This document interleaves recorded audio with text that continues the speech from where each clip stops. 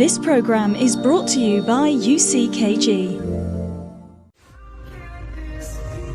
It's happening in every neighborhood. Open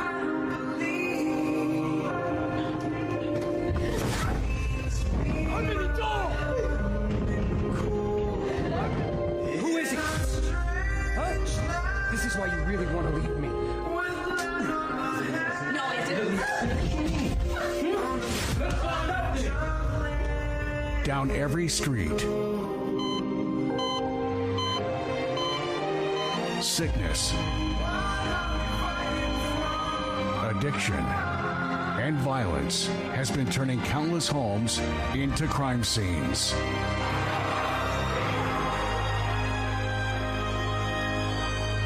Suffering, depressed, alone, suicidal. A very good evening to everyone. Welcome to your program Problems and Solutions. It's a pleasure to be with you.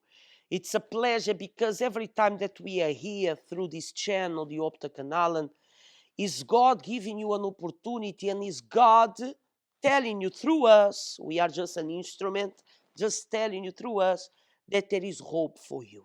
So my dear friend, where you are right now, stop everything that you are doing. Maybe your day was not good. Maybe your week was not good. Maybe this year so far has not been good. But stop everything that you are doing right now and see what God has been doing in people's lives. Because we have been seeing amazing testimonies, things that are impossible. And especially for you who don't believe that God can set you free. Sometimes you are atheist. Sometimes you have disappointments in your life and you think that God doesn't exist. See what God is doing. Because this is a sign of God to change your life. Maybe you are a person that you are crying and suffering so much that you ask God, God, give me a sign if you exist. And God is giving you a sign through this program. This program is the sign of God that you ask. Stay with us and see what God is doing in people's lives.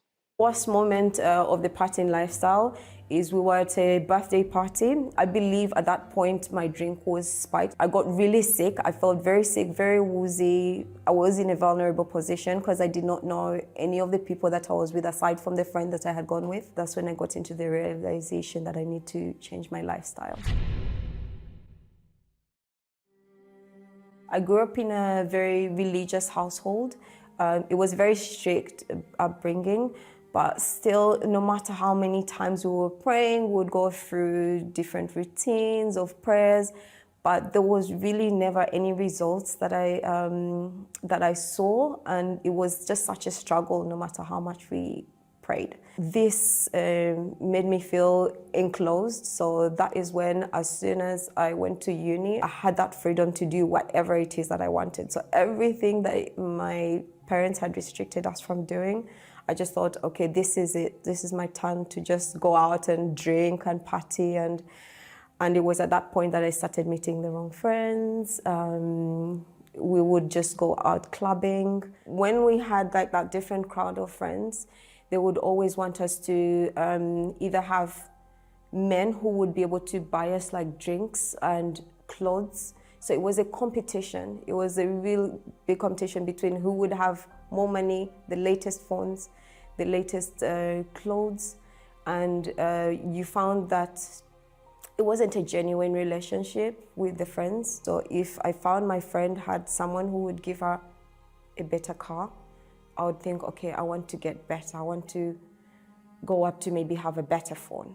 So that was the sort of competition that we had among us friends. We would think that we were friends, but we were more competitors than friends. One day I was evangelized to. I read through one of the newspapers and I thought, why can't I get these results? I decided, okay, I'm going to give it a try.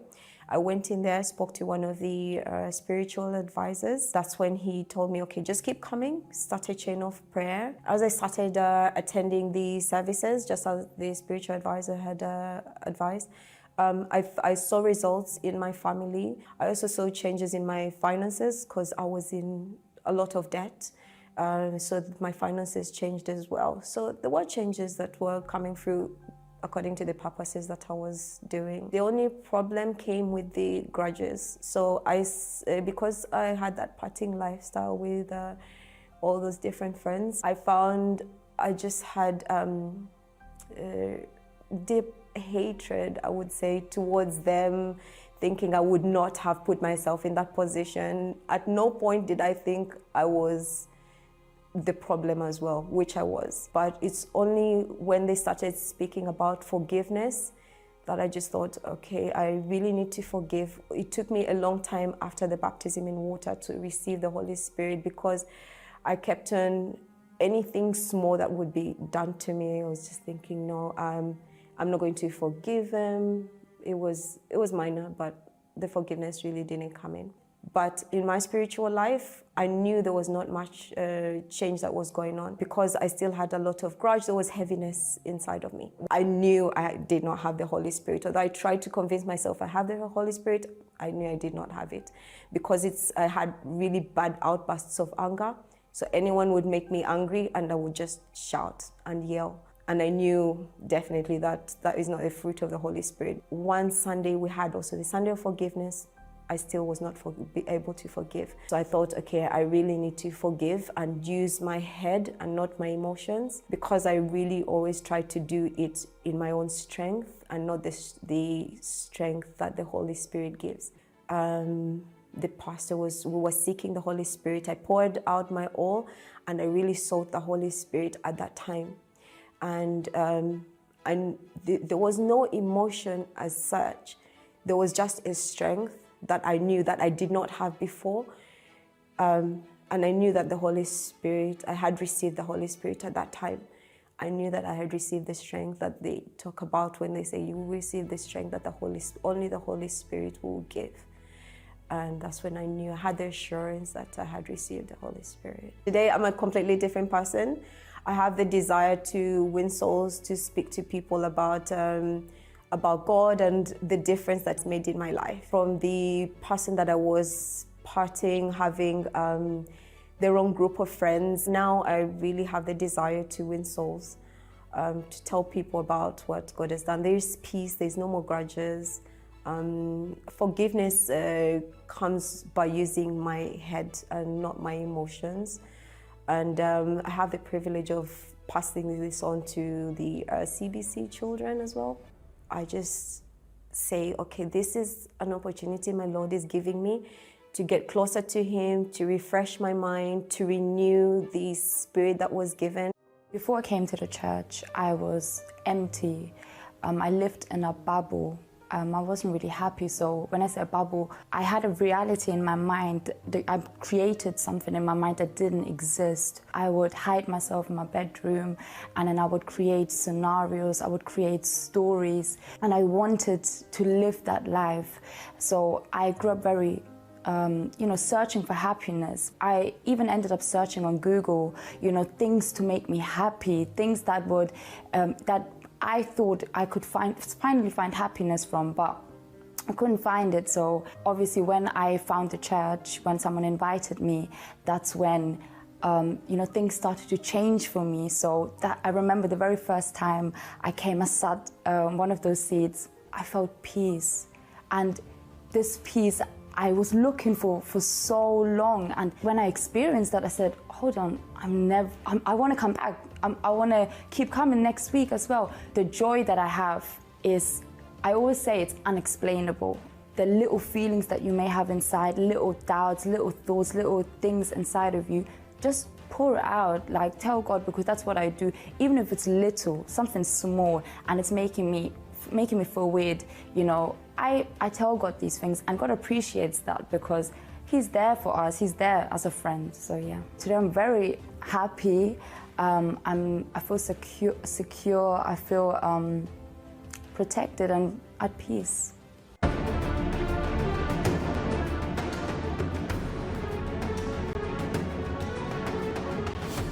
From what problems do you need to be set free? Difficulties have attacked all the areas of your life. This suffering has no end.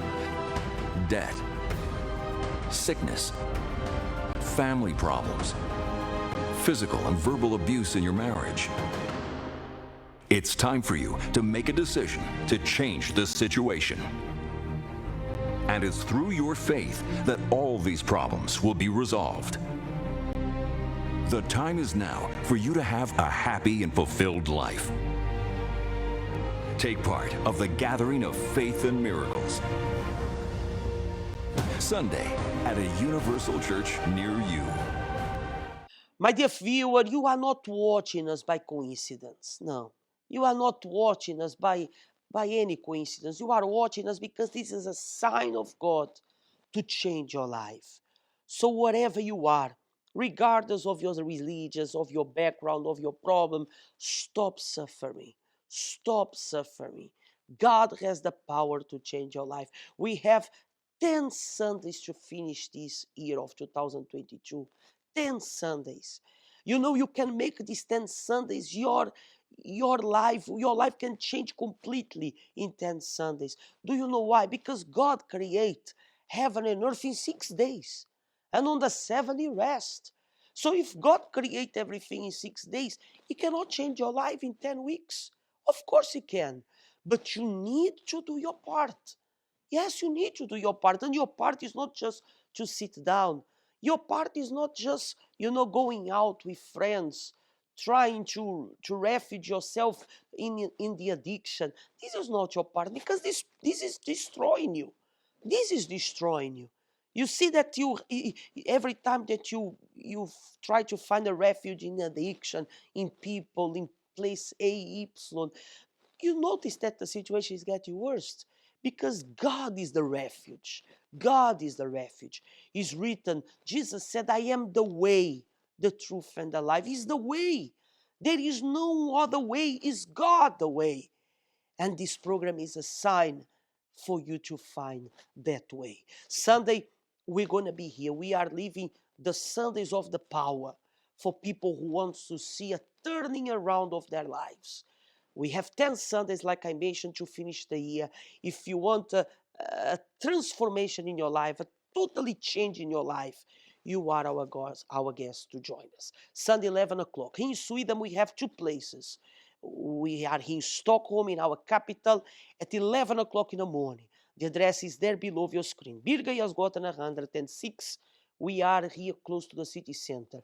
If you take the t-bana Tekniska, you're going to see the Universal Church. When you come out, you're going to see the Birger Jarlsgatan. You just look for the 106 and you see the Universal Church. If you come from Odenplan, also, when you come from Odenplan, you can walk for 5 minutes, 7 minutes distance, or you can take a bus until the Birger Jarlsgatan. We'll be here waiting to help you 11 o'clock in the morning this coming Sunday now. If you live in Göteborg, we are also close to the city center there in Göteborg, close to Backaplan, that is near to city center. We are there at the Ringögatan 13, Infart 7. When you take the Ringögatan, when you come towards Backaplan, you enter in the Ringögatan, then on it says Infart 7, you turn it right, then on the left side you see the Universal Church. We'll be there also waiting for you this Sunday, 11 o'clock in the morning. For more information, you can call us, you can text us, or you can also visit our website, www.uckg.sc. And a new life will wait for you. Have a blessed night, and I will see you with us here on Sunday.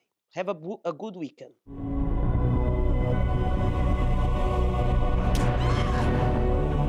I'm not leaving this hospital until I know what's wrong with my daughter! Do you want out? That's fine with me!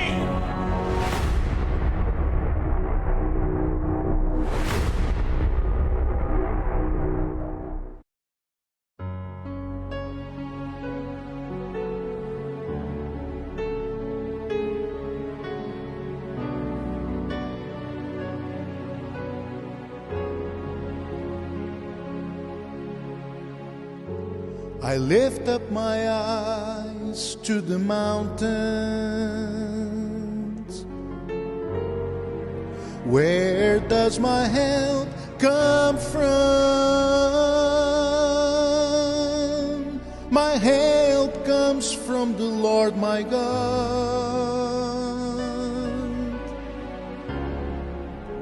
who made heaven heaven and earth. He will not allow my foot to sleep. This program is brought to you by UCKG.